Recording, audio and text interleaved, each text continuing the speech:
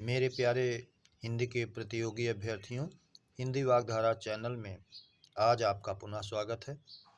एक नई श्रृंखला, एक नए तरह के प्रश्न जो आपकी परीक्षाओं में प्रायः रचनाओं के पूछे जाते हैं, उनके कुछ ऐसे प्रश्न या ऐसी उनकी रचनाएं कवियों की जो बार बार परीक्षाओं में पूछी जाती हैं। आइए आज हम उन रचनाओं और रचनाकारों के विषय में चर्चा करते हैं।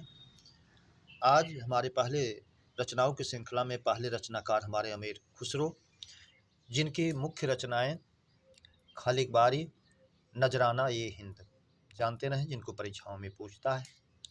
दूसरे हैं चंद्र बरदाई, इनकी मुख्य रचना जो परीक्षा में पूछी जाती है, पृथ्वीराज रासो, जानते रहें। अगले रचनाकार हमारे विद्यापति जी हैं, जिनकी मुख्य रचनाएं पदावली, कीर्तिलता, कीर्ति पताका। जगनिक की मुख्य रचना परमाल रासो, जिसे आलाखंड के रूप में भी जानते हैं, वीर रस प्रधान। अगले रचनाकार हमारे दलपत विजय, जिनकी मुख्य रचना खुमार रासो पूछी जाती है।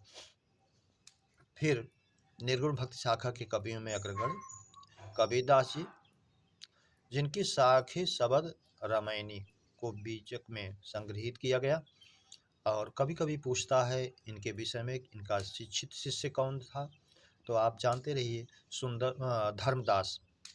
अगर दादू दयाल के शिष्यों में शिक्षित शिष्य पूछे तो आप सुंदरदास को, और कबीर दास के शिष्यों में शिक्षित शिष्य पूछे तो धर्मदास को आप जानते रहें, जो इनके बोले हुए दोहों को लिखता था, संग्रह करता था।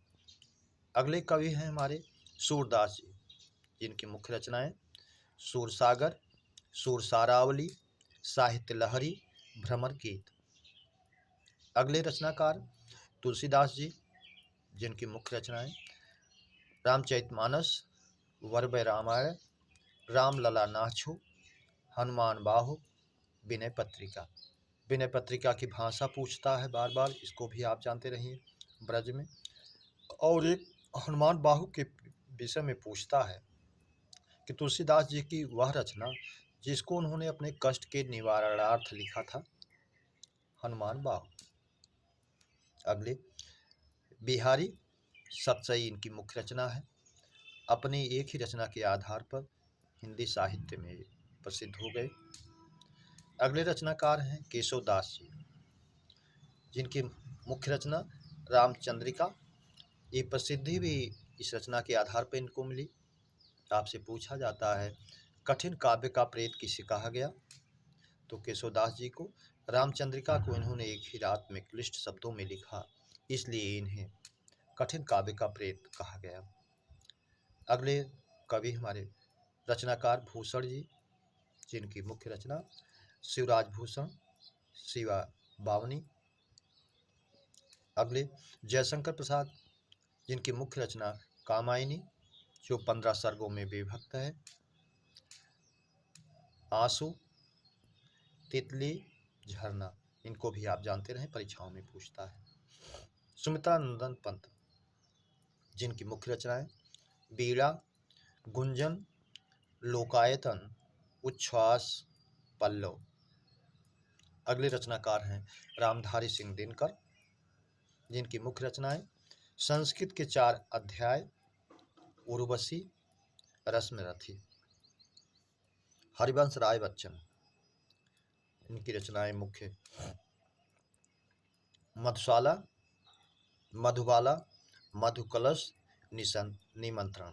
कभी कभी इनकी रचनाओं के क्रम में इनका काल भी पूछ लेता है, तो आप इसको क्रमशः जानते भी रहिए।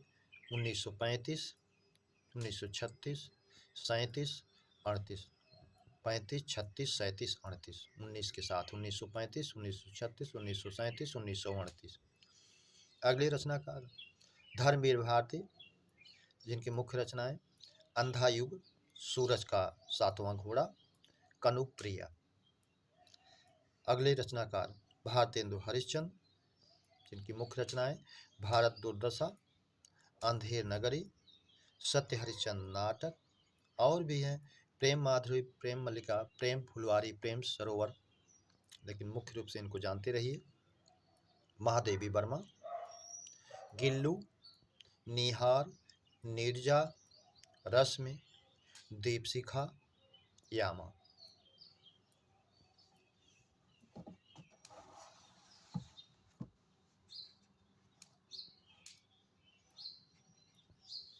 अगले रचनाकार मैथिली शरण गुप्त जी, जिनकी मुख्य रचना साकेत, पंचवटी, मातृभूमि, द्वापर। साकेत और पंचवटी इनकी बहुत पूछता है, विशेष रूप से इनको जानते रहिए। सूर्यकांत त्रिपाठी निराला, जिनकी मुख्य रचना है तुलसीदास को भ्रमित करने के लिए तुलसीदास विकल्प दे देता है, जबकि तुलसीदास सूर्यकांत त्रिपाठी निराला जी की है। अर्चना, आराधना, जूही की कली। अगले प्रेमचंद जी, जिनकी मुख्य रचना प्रेमालय, गवन, गोदान, रंगभूमि, कर्मभूमि। हजारी प्रसाद द्विवेदी, कुटज, कबीर, कालिदास की लालित्य योजना, पुनर्नवा। मेरे प्यारे बच्चों, इन कुछ मुख्य रचनाओं को आप विशेष ध्यान दें जो परीक्षाओं में पूछता है। अगली श्रृंखला के मिलने तक आप सभी को हृदय से धन्यवाद। जय हिंद।